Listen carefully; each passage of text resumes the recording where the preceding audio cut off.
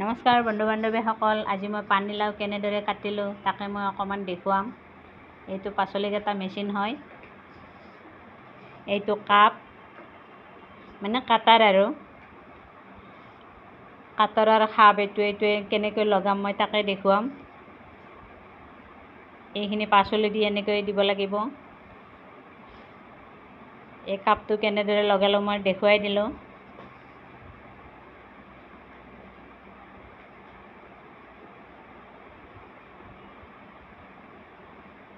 এতিয়া ওলাই নাহে, ধুনীয়াকৈ খাপ খাই ধৰিছে। আৰু এই 5টা কাটাৰ আছে, কাটাৰ কাপ হয়, 5টা ডিজাইনৰ মই দেখুৱাই দিলোঁ। চকলকৈ কাটা আৰু মিহিকৈ কাটা, যাক যেনেকৈ লাগে সেনেকৈ আছে।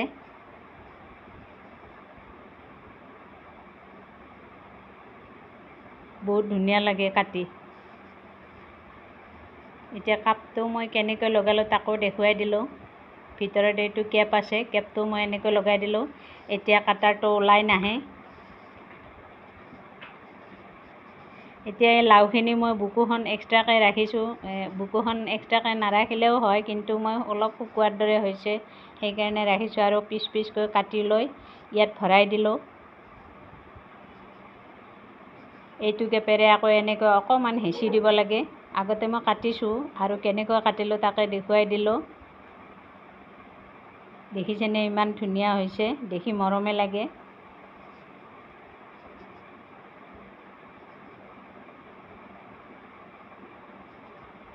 গোটেইখিনি লাও মোৰ কাটা হৈয়ে গ'ল।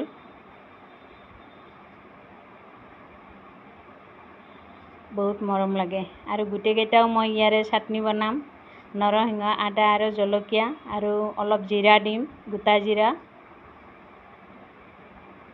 এতিয়া মই সহজ পদ্ধতিত লাওখিনি কেনেদৰে বনালোঁ তাকে অকণমান দেখুৱাই দিলোঁ। পাঁচফোৰণ দিলোঁ, অকণমান জিৰা দিলোঁ আৰু অলপ পিঁয়াজ দিলোঁ, জলকীয়া দিলোঁ। এতিয়া মিঠাতেল দিলোঁ।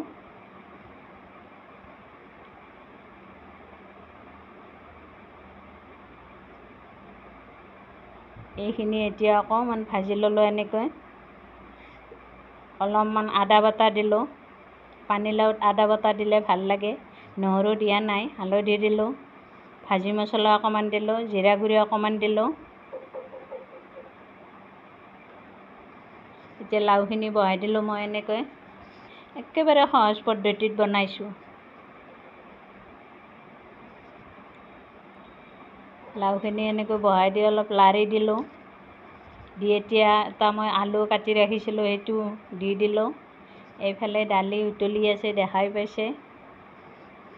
অকণমান ঢাকনিখন লগাই দিলোঁ এনেকৈ। 3 মিনিটমান মই এনেকৈ ঢাকি ৰাখিছোঁ। ঢাকি ৰাখি এতিয়া হৈয়ে গ'ল 3 মিনিট। মই এনেকৈ লাৰি চাৰি দি আলু সিজি গ'ল। এতিয়া পৰিৱেশন কৰিবলৈ মই ৰেডি কৰি দিলোঁ। চাটনি, চব্জি আৰু দালি, ভাত, জলকীয়া এনেকৈ।